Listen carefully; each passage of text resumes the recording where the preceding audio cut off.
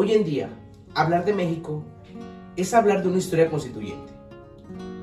Todos los ciudadanos de la nación están protegidos por una constitución política de los Estados Unidos mexicanos. Hablar de la Carta Magna no es solo hablar de un libro que contiene leyes, es hablar de un proceso largo que trajo consigo mismo una lucha, un proceso, una evolución e incluso una historia. Acompáñanos a ver más del tema.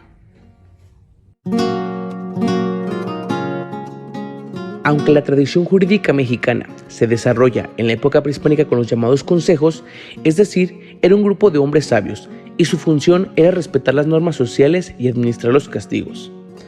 Fue durante el periodo virreinal cuando México pasó a ser una colonia independiente, y por primera vez se instituyó la primera norma jurídica. Indudablemente, los sentimientos de la nación, que de ser un proyecto nacido en el corazón y el cerebro de Morelos, pasó a ser una carta magna como la Declaración de Querétaro, también llamada la Libertad de la América Mexicana. Este es el primer documento constituyente de las leyes del Estado mexicano. Después tendríamos el Acta del 31 de enero de 1924, que da lugar a la creación de la Federación Mexicana. Y por último, la Constitución del 4 de octubre de ese mismo año. Paso de largo las constituciones centralistas, no por ignorancia, sino por lo que dejaron a México un mal sabor de boca, incluida la pérdida de 2 millones de kilómetros cuadrados para llegar a las leyes de reforma. ¿Te has preguntado quiénes o cómo se modificó una constitución? ¿Cuántas modificaciones hasta el día de hoy ha tenido la Constitución mexicana? Aquí te lo explicamos.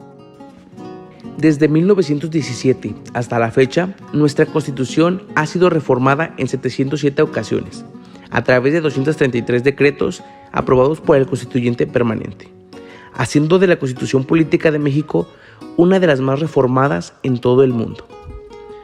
En el sexenio de Enrique Peña Nieto es en el que más reformas se han registrado en la historia, con 155 cambios al texto constitucional. Pero te has preguntado, ¿cómo se modifica una constitución? Para que las adiciones o reformas lleguen a ser parte de la misma, se requiere que el Congreso de la Unión, por el voto de las 2/3 partes de los individuos presentes, acuerden las reformas o adiciones, y que éstas sean aprobadas por la mayoría de los legisladores de los estados. Se necesita de 2 requisitos. El primero es que el Congreso de la Unión, a través de cada una de sus cámaras, apruebe por el voto de las 2/3 partes de los individuos presentes las reformas o adiciones. En segundo lugar, tenemos que las reformas o adiciones sean aprobadas por la mayoría absoluta, la mitad más una de las legislaturas de los estados. Pero esto no termina aquí. El procedimiento consta de 16 pasos para poder hacer válida una modificación. Número 1. Se presenta la iniciativa de reforma constitucional por quienes tienen la facultad de iniciativa de presentar leyes o decretos. Número 2. Se presenta la iniciativa ante el Pleno de la Cámara de Origen y se turnan a... Número 3. La o las comisiones de turno estudian el asunto y elaboran y aprueban el dictamen correspondiente. Número 4. Se presentan el dictamen ante el Pleno de la Cámara de Origen. Número 5. Lectura, discusión, en su caso, aprobación a la Cámara del Origen del proyecto de decreto de reforma constitucional, se remite a la colegislatura la minuta correspondiente. Número 6. Se presenta la minuta con proyecto de decreto de reforma constitucional ante el Pleno de la Cámara Revisora. Número 7. Se turna a comisiones para efectos de su estudio y dictamen. Número 8. La o las comisiones dictaminadoras analizan y discuten y aprueban el dictamen correspondiente. Número 9. Presentación del dictamen ante el Pleno de la Cámara Revisora. Número 10. Se discute y aprueba en su caso el proyecto de decreto.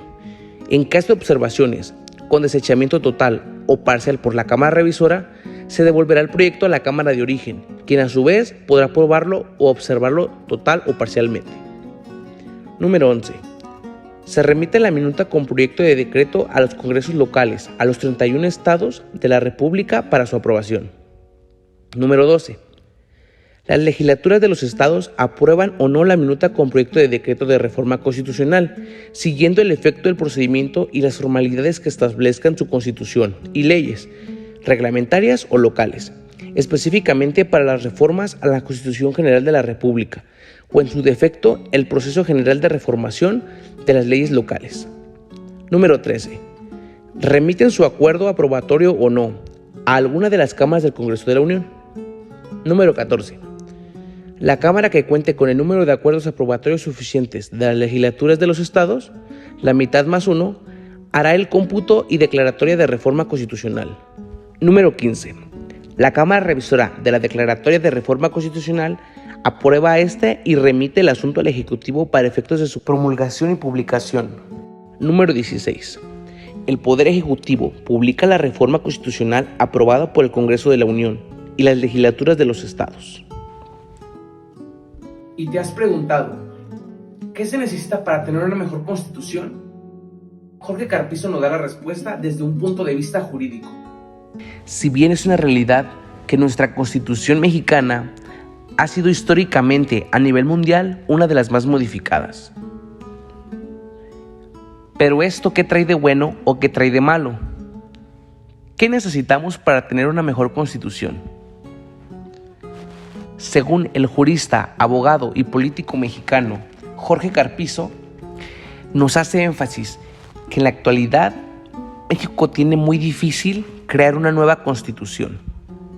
Para él, la creación de una nueva Constitución no es un ejercicio teórico, tampoco es una decisión académica, ni mucho menos es la expresión de buenos deseos o intenciones.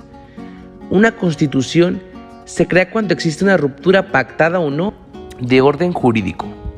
Jorge Carpizo considera importante luchar por ir resolviendo a la brevedad posible los más graves problemas que México tiene acumulados y no agregar otros, temas como el aborto, la planeación familiar, la eutanasia, el concepto de matrimonio y las relaciones Estado-Iglesias, que son explosivos. Respecto a ellos no se razona, se les envuelve en la emotividad, el fanatismo y la concepción ideológica. La Constitución mexicana, históricamente, ha sido una de las constituciones con más modificaciones a nivel mundial. Pero esto no tiene un efecto negativo, sino todo lo contrario. Estas modificaciones nos han permitido actualizarnos a nivel global. Incluso se han creado instituciones para mejorar la calidad de vida, buena y justa.